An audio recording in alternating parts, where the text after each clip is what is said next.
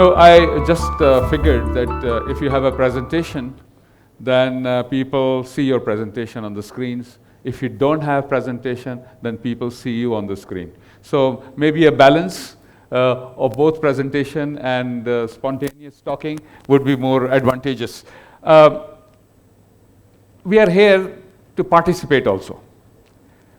And I was thinking that the energy level doesn't seem to be there where we expect from such wonderful people. Hello. So maybe there is a doubt that we are not that wonderful. And I want to reassure you, I'm a psychotherapist and a clinical hypnotherapist, so I have my own challenges. And I tend to, like a hammer, tend to look at everything as a nail. So I also, as a hypnotherapist and a psychotherapist, tend to look at people with tremendous potential that can be further enhanced in them. So I want to do this very, very quickly, and please mera nakhra bardasht kijiyega or respond kijiyega, because we have a fantastic presentation about customer experience and how do we enhance that. But before we do that, may I ask you to stand up, please? And जेबों में से भी हाथ निकाल देने हैं, चाहे वो अपनी जेब हो या किसी और की. तो दूसरी बात ये है कि I want you to please recognize how wonderful you really are. And I'm going to say, I am wonderful. I'm not talking about myself. I'll say, I am wonderful. I'll shout it out, and I want all of you to repeat after me. अच्छा, एक दो चीज़ें मैं आपको बता दूं, जिनके हाथ जेबों में हैं या जिनके हाथ यूं करके बंधे हुए हैं, ठीक है, वो कह रहे हैं कि ठीक है, तुम जो मर्जी करते रहो, हमने इन्वॉल्व नहीं होना, चाहे कुछ भी हो जाए, ठीक है. So please take your hands out of your pockets and don't fold them like this. And just repeat after me. I just reduce the, थोड़ा सा वॉल्यूम कम कर दीजिएगा मेरा प्लीज इसका. I am wonderful. यह क्या बात हुई यार, इतने मतलब जितने वंडरफुल हैं उसको एक्नॉलेज कीजिए ना. अभी तो आप ऐसे कह रहे हैं, प्रिटेंड कर रहे हैं. I am wonderful. You guys are really wonderful. I am wonderful. And now this time you are all saying this to yourself and say it as loudly, because it's only wonderful people who do wonderful things. And we are wonderful. Sometimes we become doubtful about ourselves and we do stupid things. We don't want to do that. So this time you would be saying it to yourself. I am wonderful. I am wonderful. Please have a seat. And with that, I welcome for a wonderful speech and presentation how HR can add value to customer experience by none other than the most remarkable presenter and a friend and a leader, and currently he's the CEO of Jaffer Brothers. Please welcome Syed Veqar al-Islam. क्या wonderful लोग हैं, तालियां बजाते हैं. Assalamu alaikum. My first experience of VUCA world this morning. Should I use this stair to come up or that one? Glad I figured out quickly. The topic is HR and customer experience. And I'll just share some of the experiences I've had in life and how it relates to not just the VUCA world, but how HR needs to evolve to become more customer centric. One of the best verse I read on customer experience or how customers should be treated came from our legendary poet Anwar Masood. and he kind of summarized it in 4 verses about an insurance salesman trying to sell insurance and explaining the experience you can get from his company to his customers. So he goes like this: आप कराएं हमसे बीमा, छोड़ें सब अंदेशों को. Because he's an insurance salesman, so he's trying to sell insurance to the customer, and also giving value to the experience he's going to get if you do insurance with this company. आप कराएं हमसे बीमा, छोड़ें सब अंदेशों को, इस खिदमत में सबसे बढ़कर रोशन नाम हमारा है. आप कराएं हमसे बीमा, छोड़ें सब अंदेशों को, इस खिदमत में सबसे बढ़कर रोशन नाम हमारा है. We are the best. खासे पैसे मिल जाएंगे आपके बीवी बच्चों को, खासे पैसे मिल जाएंगे आपके बीवी बच्चों को, आप तसल्ली से मर जाएं, बाकी काम हमारा है.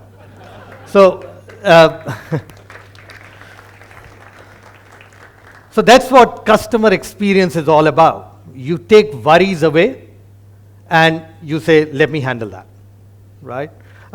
when I started my career, and this is way back in 1901, actually slightly later, 1985. When I started my career, and my second job was with a big IT company called NCR, my first ever weekly meeting, headed by my boss, who was the country sales manager, and attended by, of course, all the salespeople, but also by all the support functions, as we used to call it then, the HR, the finance, the supply chain, the customer services, the professional services. And as it goes in any organization, the salespeople were owning the customers and their follies and their expectations, and they were saying, "Ji, customer ko humne sab cheezein theek karni hai." And all the other functions were bashing the customer. Each one of them had an issue with the customer. Finance had some issue with the customer, HR had some issues, and customer services had some issues, and professional services had other issues. It got quite heated, and I was a rookie, 22-year-old, right out of university, and I said, "What the hell is happening?" And then my boss more or less stopped the meeting, and he got quite upset. And he said, "Ladies and gentlemen, if this is how the meeting continues, let's make one decision today, and let's make it now. Let us decide that from tomorrow, we will not have customers. Let's make that decision. And if we do that, because you guys have so much issues with the customer, one thing I guarantee, all our problems are going to go away, except for one, will not be here." So ladies and gentlemen, the reason for existence for any business is customers. The reason for existence of customers are employees, people. And the gateway to ensuring that you have engaged, motivated, committed, smart, brainy, intelligent employees is your HR function. If you don't organize it well, if you don't take care of it well, if you don't give it that strategic importance that it deserves, then you forget about the dream of having customer delight. Just forget it. It's not happening. Won't happen. Not in last 2,000 years, not in next 2,000 years. So HR is that important a function, and sadly, except, and I'm not, since I worked 27 years of my career in corporate or typically multinationals as they call it, and now I'm part of local organizations as they say, I've seen a huge difference between the two. It's like a gulf. It's incredible. I never thought this is how the difference is. So when I make statements, I would like at least the corporate people from the MNCs, not to get offended, because they come through different systems and processes. It's the local organization which needs to gear up and go to the next level. The first thing that HR, in my view, needs to do is to know your customer, know your business. Gone are the days when you could have gotten away with the fact that I am HR, why do I care about business? Why would I know what the business is doing? Why would I know which product is doing well and which product is not doing well? Why would I know what are the trends of the industry which are prevalent? I am HR, I'm not business. Now, here is my take on that. If anyone needs an advice, you are in trouble, you have a problem, who do you go to typically?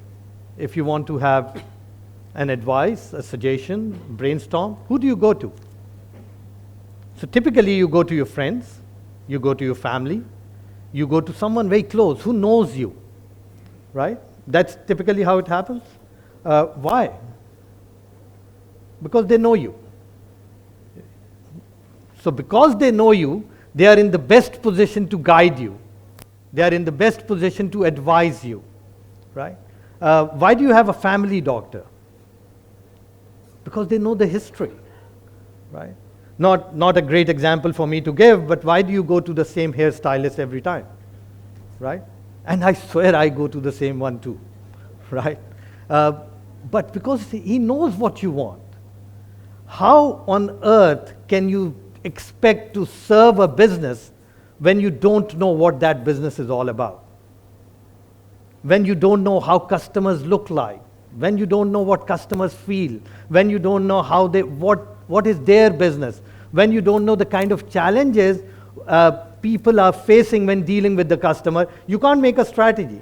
You can't come up with an HR process or an HR ways of working which will delight your employees and which would ensure that your employees are able to serve your customers better. It's not going to happen. Hence, it is extremely important for all HR professionals to make sure that they learn the business.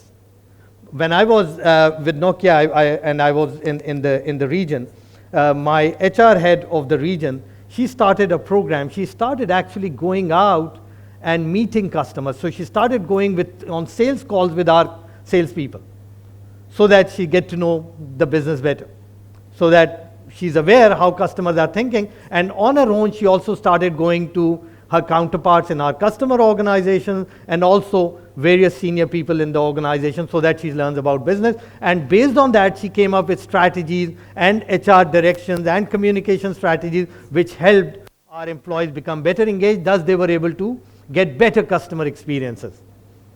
And that's the kind of role HR needs to play. HR needs to stop thinking that employees are my customers only. Yes, they are. But your customers are your customers. And employees are a gateway to get to that customer. So know your business. Know your business. Know how the challenges of business, know the future of business. If you don't know it, you can't get customer experience in today's world. The second, which is extremely important, is it's about creating employee engagement.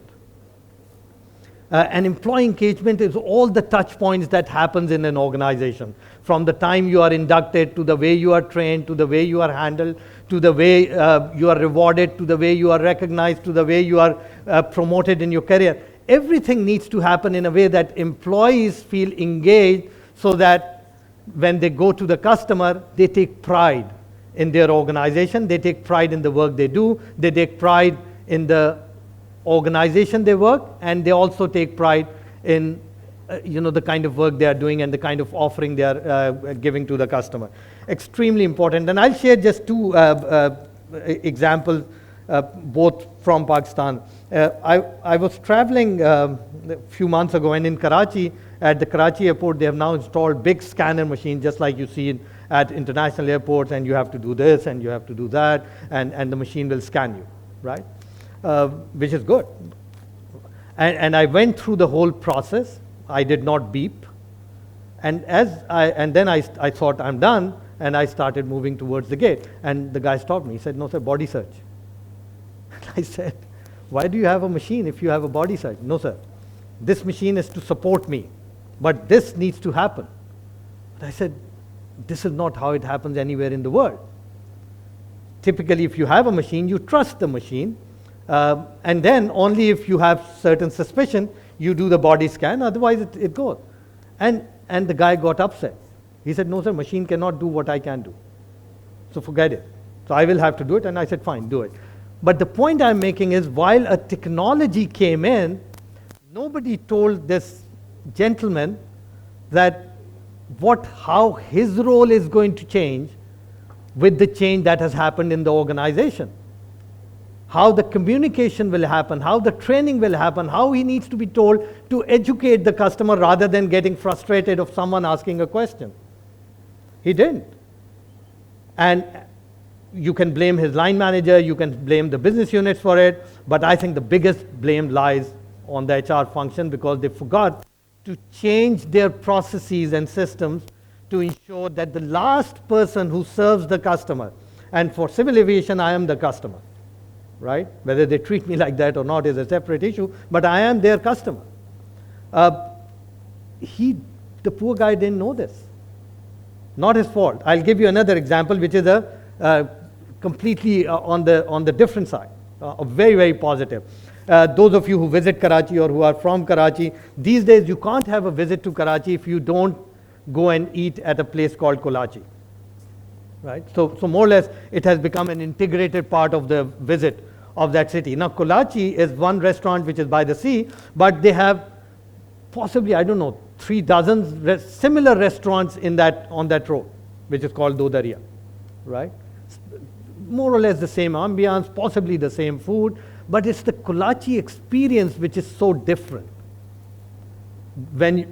From the time you enter, to the time they make you sit, to the way they serve the food and they get feedback. So during the course of the food, if you don't like a food, you just call someone and say, I don't like it. He'll apologize to you, go back, change it. No questions asked. And he'll say, please tell us what is the issue, and you will explain to him. He'll come back and give you the feedback on what chef said. And he'll apologize on behalf of the chef, telling you that next time it will not happen. It doesn't end there. As you are going through the meal, someone will come and ask you, sir, is there any complaint?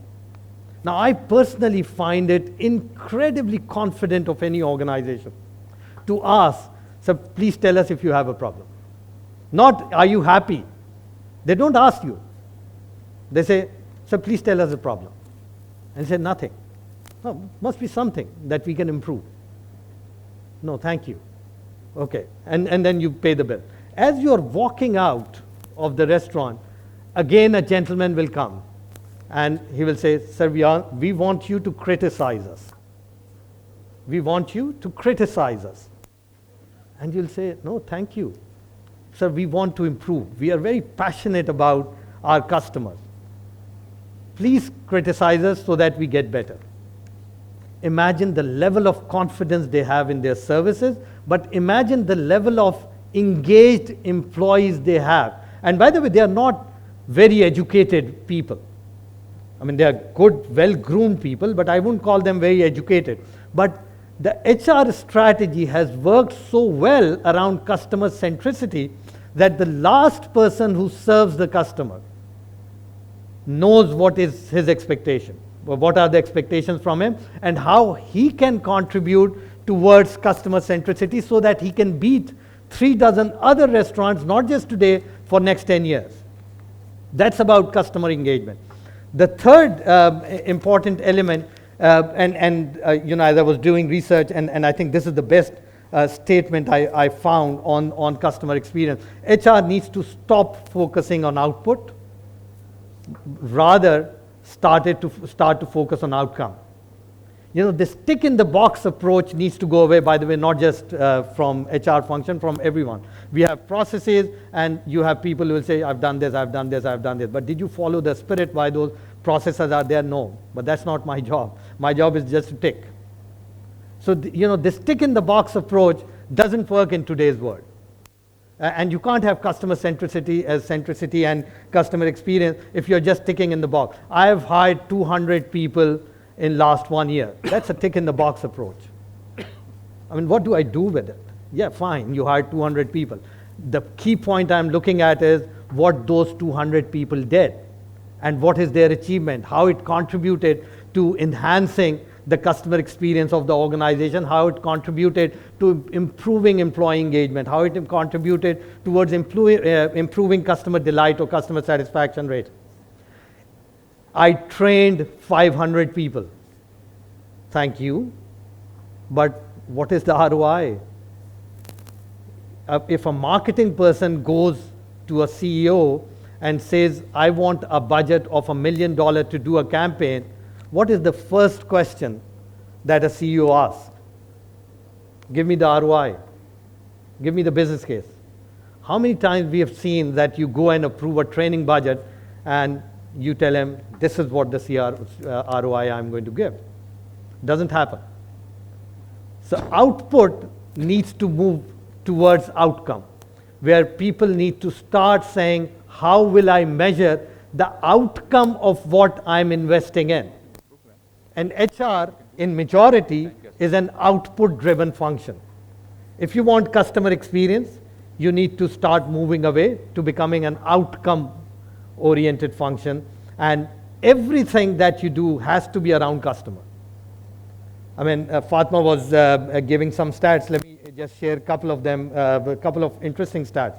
Mark Hurd, who is the president of Oracle, or co-president of Oracle, he tweeted a few weeks ago that about 10 years ago, the average life of a business was 75 years. Average life of a business was 75 years. Now, it is down to 15 years. Every 15 years, average business will go away. Why? Because the businesses have not kept pace with the changes Fatma was talking about. And she was also talking about data. So Eric Schmidt, who is the CEO of Google, he tweeted a few days ago saying, from the inception of mankind till 2003, the amount of data generated, from inception of mankind till 2003, the amount of data generated equals to the amount of data we generate every 2 days today. That's how data is exploding. If you don't analyze those data, if you don't look at those data while coming up with your HR strategy, then you will possibly go back to being a personnel department that we used to have 3 decades ago or 2 decades ago, rather than remaining a human resource function. And final point that I have is to make sure that you have your employee engagement or your knowledge of your customers and your business all needs to fall into your performance management system. And this is where I got a big shock when I moved from a corporate sector to a local organization, and then I started meeting many people. And majority of the organization have performance management system, which is a tick in the box system. Because I have to do performance management, I will do it.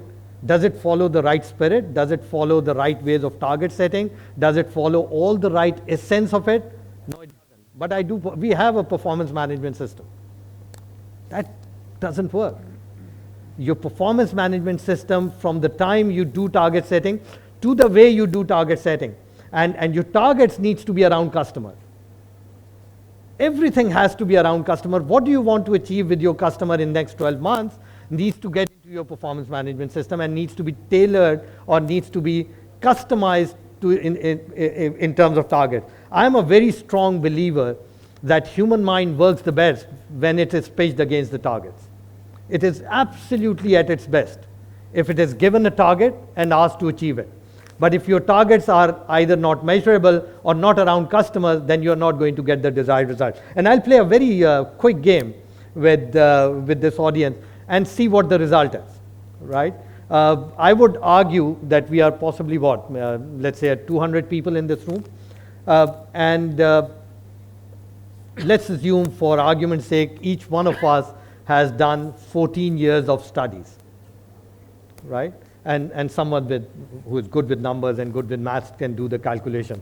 So 200 people, and we have 14 years of studies. And typically each year we must have given an average of 7 papers each year, final exams or subjects that we covered. How many of you in your 14 years of studies were late to a final exam? How many of you? 1, 2, 3, okay, 4, thank you. People are scared to raise their hand because that's not considered good. 4, 5, all right, 5 people, 6, 7, 8, thank you. So, let's say 10. How many of you were late for more than 2 times? Change it, man. 2, 3? 3 times? 10? Did you ever give a final exam?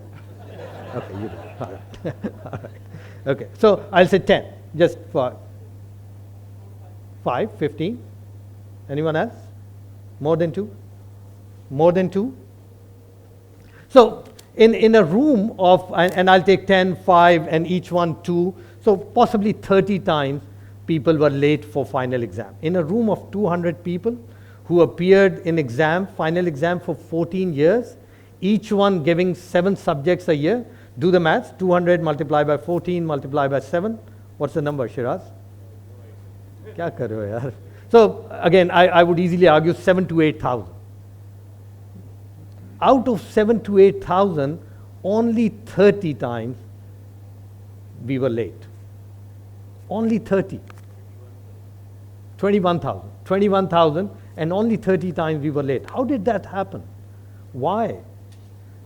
Because you knew that if you are late to the exam, you may lose a year, you may fail, you may get a supply or whatever. Hence, you have to be there. Now, I'll quickly jump and say how many times it happened that your exam, suppose, is going to start at 9 in the morning and you got up at 6 in the morning. And without any planning, just think about, and those of you who've graduated some years ago, just go back into your student days and think about how you would behave if you got up at 6, your exam is at 9, you will, क्योंकि वो जब exam होते हैं तो आपने नमाज ज़रूर पढ़नी होती है, तो आपने, you will offer the prayer, you will have to do revision, because you think if you don't revise, you're going to fail.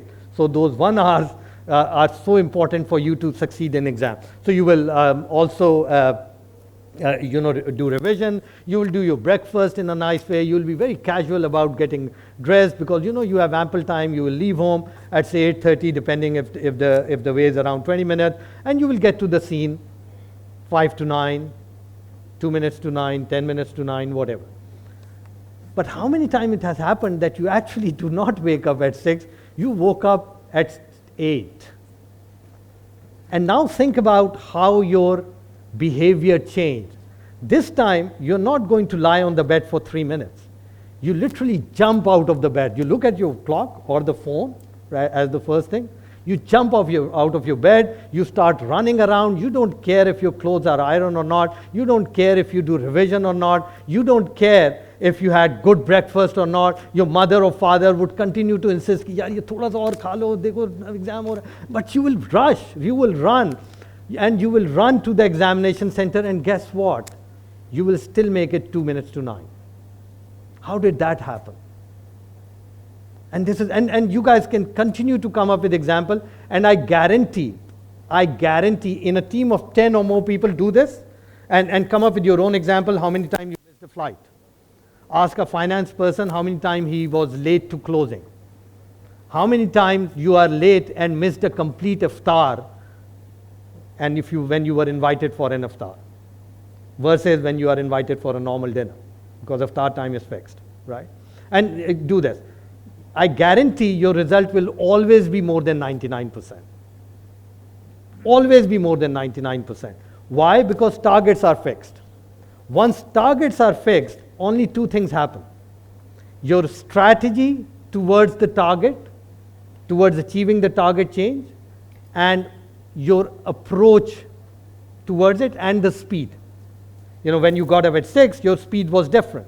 When you got up at 7:30, your speed was completely different. When you got up at 6, your strategy to get to the examination center was very different. You would stroll to the examination hall.